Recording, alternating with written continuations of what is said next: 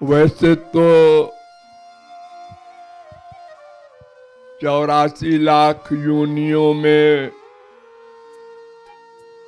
बहुत बड़ा पुण्य और बहुत बड़ी भगवत कृपा होने पर मानव देह मिलता है, और मानव देह में भी भारत में जन्म होना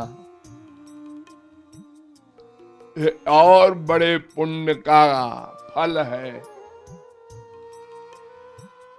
जहां मरने पर भी राम नाम सत्य बोला जाता है।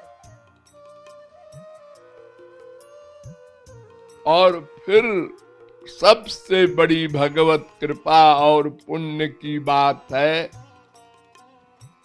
हमको कोई मार्गदर्शक सही मिल जाए। शास्त्र वेद इतने लंबे चौड़े हैं कि हम करोड़ों वर्ष में भी पढ़कर नहीं डिसीजन ले सकते, नहीं समझ सकते। तो फिर साधना कब करेंगे?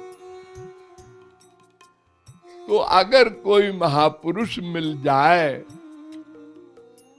तो इससे बड़ी और आगे कोई भगवत कृपा नहीं हो सकती,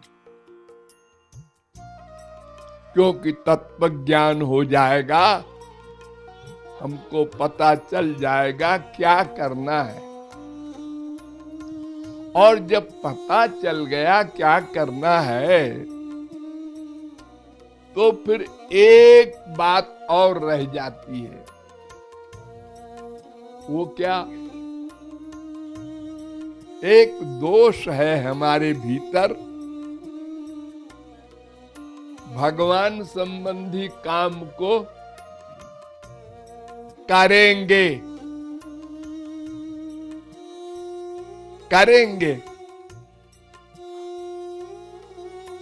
ऐसा कह देते हैं, और जगत के कार्य को कर रहे हैं। प्रेजेंट टेंस में, वर्तमान काल में, अर्थात गलत काम तुरंत करते हैं। क्रोध करना है तो सोचेंगे नहीं, रुक जाओ, थोड़ी देर बाद क्रोध कर लेंगे, तुरंत।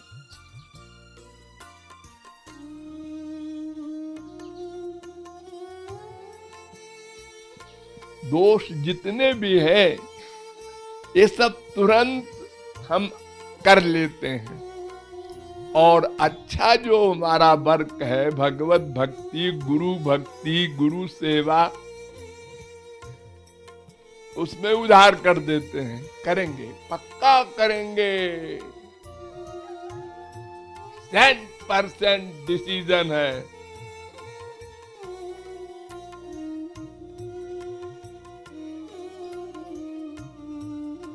अगर करेंगे कहने के बाद ही मर गए तो बात गई, क्योंकि मरने के बाद फिर कोई वर्क नहीं होता। जैसे आप लोग पढ़ते समय जब परीक्षा में कॉपी में लिखते हैं 3 घंटे का टाइम होता है, तो जब 3 घंटे हो गए, अलार्म हो गया, आपने सोचा एक प्रश्न का उत्तर आ गया, बस कॉपी रख दो। अरे साहब उत्तर आ गया मस्तिष्क में, अरे आ गया होगा, आप नहीं लिख सकते। ऐसे ही ये मानव देह बड़े से बड़ा पुण्य वाला भी है, लेकिन 1 सेकंड में छिन जाए। सबका टाइम निश्चित है, उसके बाद जाना होगा। तो हर समय सावधान न रहे कोई, तो किसी समय असावधानी में शरीर छूट जाए। संसारी चिंतन में हम लगे हैं और शरीर छूट गया तो सब गड़बड़ हो गई, क्योंकि अंतिम समय का हमारा चिंतन ही अगला देह देगा। तो उद्धार करने की प्रवृत्ति भागवत विषय की बंद करनी होगी, इसको पहले करना है। उधार नहीं करना है।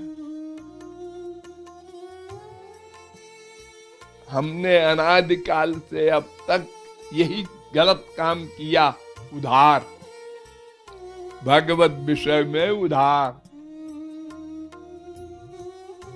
संसारी काम में तुरंत।